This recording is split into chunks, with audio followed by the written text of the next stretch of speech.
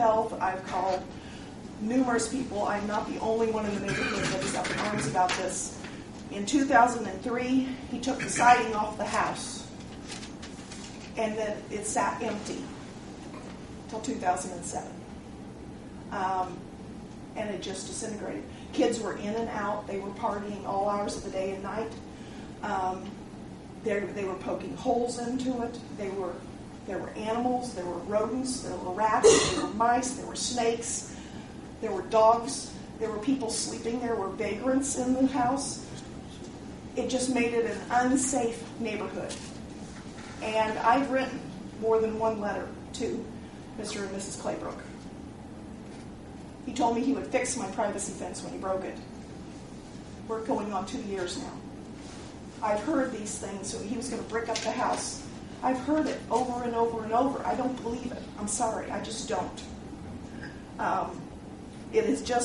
It's become an eyesore. I've had a realtor tell me that my property value has dropped because of what is next door. And I want it gone. I just want it gone. Thank you. Thanks, Teresa. Okay. Can I answer to some of that?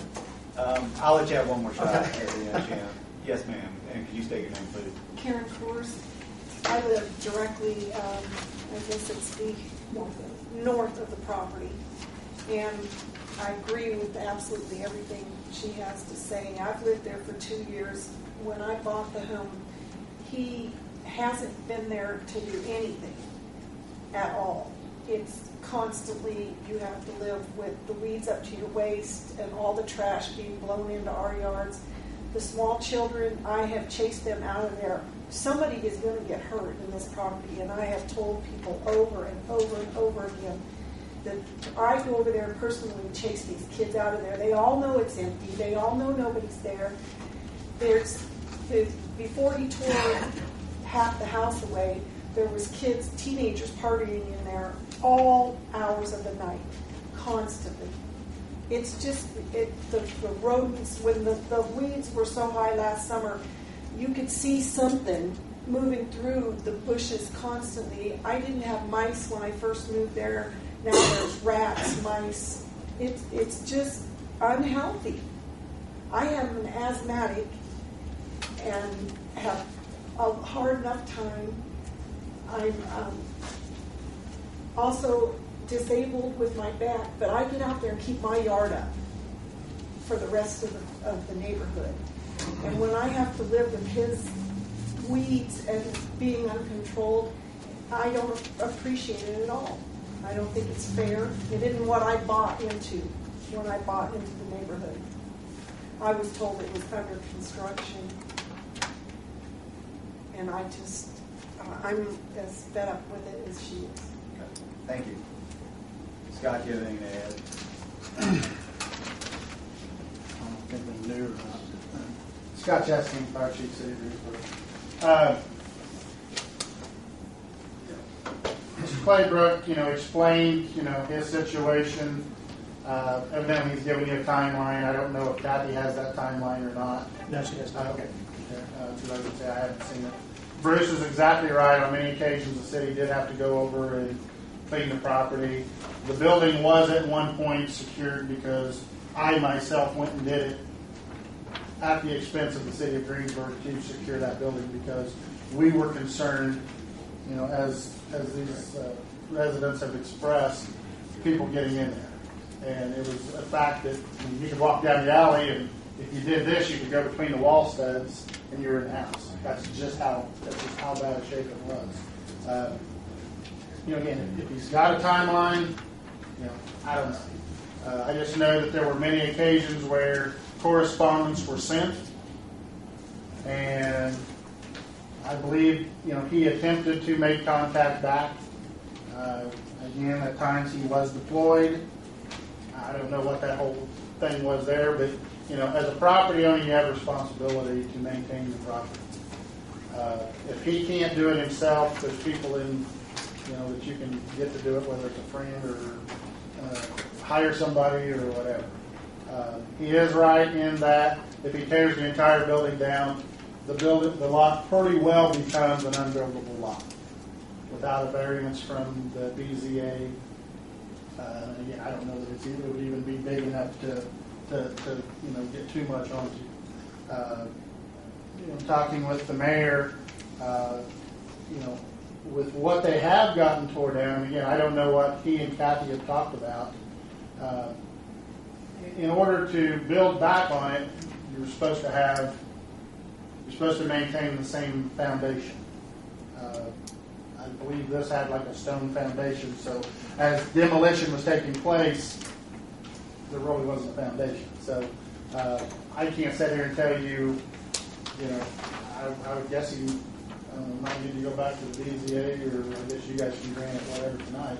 But there's really I don't know where the actual building would be built back at, because they've done the demolition. I don't know what else to say other than, this has been a situation where, he had applied for a building permit in 2007. That building permit is ran out. We have, in the past, not looked real favorably on issuing additional permits, but again, I'm not saying that can't happen, because that's Kathy's issue there. My concern is that in the event we do move forward with this, is it going to be done? Is it going to be done? We were told, well, we're going to tear it down, and then they started tearing it down. But, so I guess if you got any other questions, I can try to answer those. But I'm just concerned on, if September, October-ish, we're going to be right back in the same boat. Well, according to the timeline, it's going to have to be started by, was it September? Yeah. 1st, or I don't know what the date was. Well, September 1st, if it's Or not. financing wasn't even secured by Yeah. May.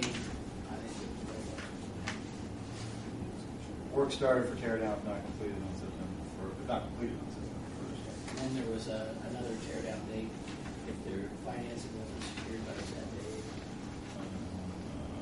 May 6th. I mean, that's 6 weeks ago.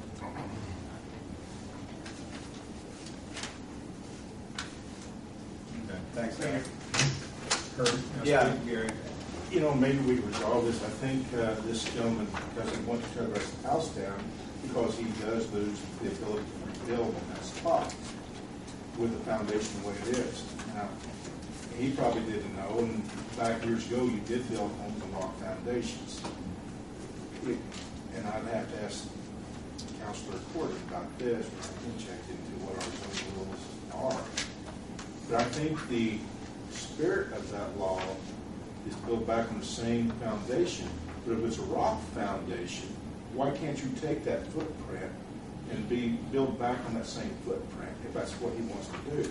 And I think as we leading up to structures because of that, can that structure be removed right away and have that measured where that footprint is and have a new foundation poured if and when he decides to build? And if when he decides to build, we want to make sure that financing would be in a position where it doesn't take 2 years to build something, because the building permit is for 1 year. Kathy had told me that I had to leave at least one wall up to rebuild as a remodel. Great to be grandfathered in. But I don't know, is that what the ordinance says? That's what we need to find out. I can't understand it. If we can tear it all down and let him put it back on the same footprint with a correct foundation, a good footer, instead of a rock foundation that's not stable, looks to me like that'd be better if that's what he wants to do. Irregardless, the building would be down. Yeah. Yeah, I don't know why all of them. Shannon, if you want to address this one more time, go ahead. I want to apologize to you. I have not been a good neighbor, and I really am sorry about that. I know that you had bought your house from pictures on the internet. We had talked once before about that, and you didn't realize that my house was right there and in the progress of being built.